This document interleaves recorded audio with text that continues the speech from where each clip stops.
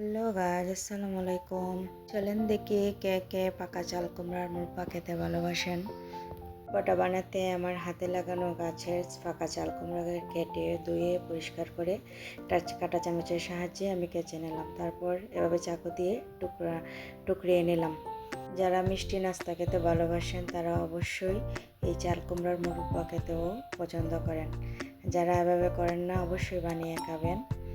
আর comment করে like করে জানাবেন কে কীভাবে এই চাল কুমড়াটা দিয়ে মুরব্বা বানান বা কে নাস্তা রেডি করেন।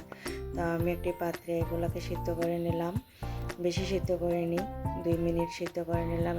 স্ট্রেনারে নিয়ে ধুয়ে নিলাম।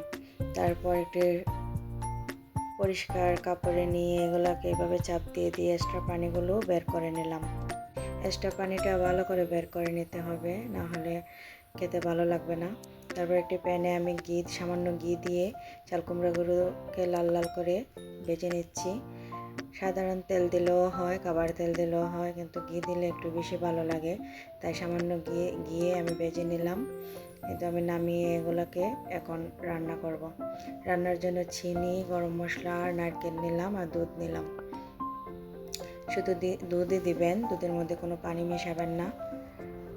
এই দুধের মধ্যে আমি গরম মশলা, লবণ আর চিনি দিয়ে দিলাম। দিয়ে এটাকে সামান্য সময় আমি জাল করে নেব।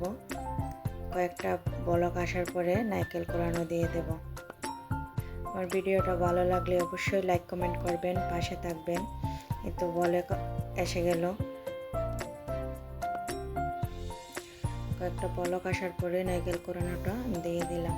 এই নারকেল কোড়ানো দিয়ে আরও 2-3 মিনিট আমি জাল করে নেব।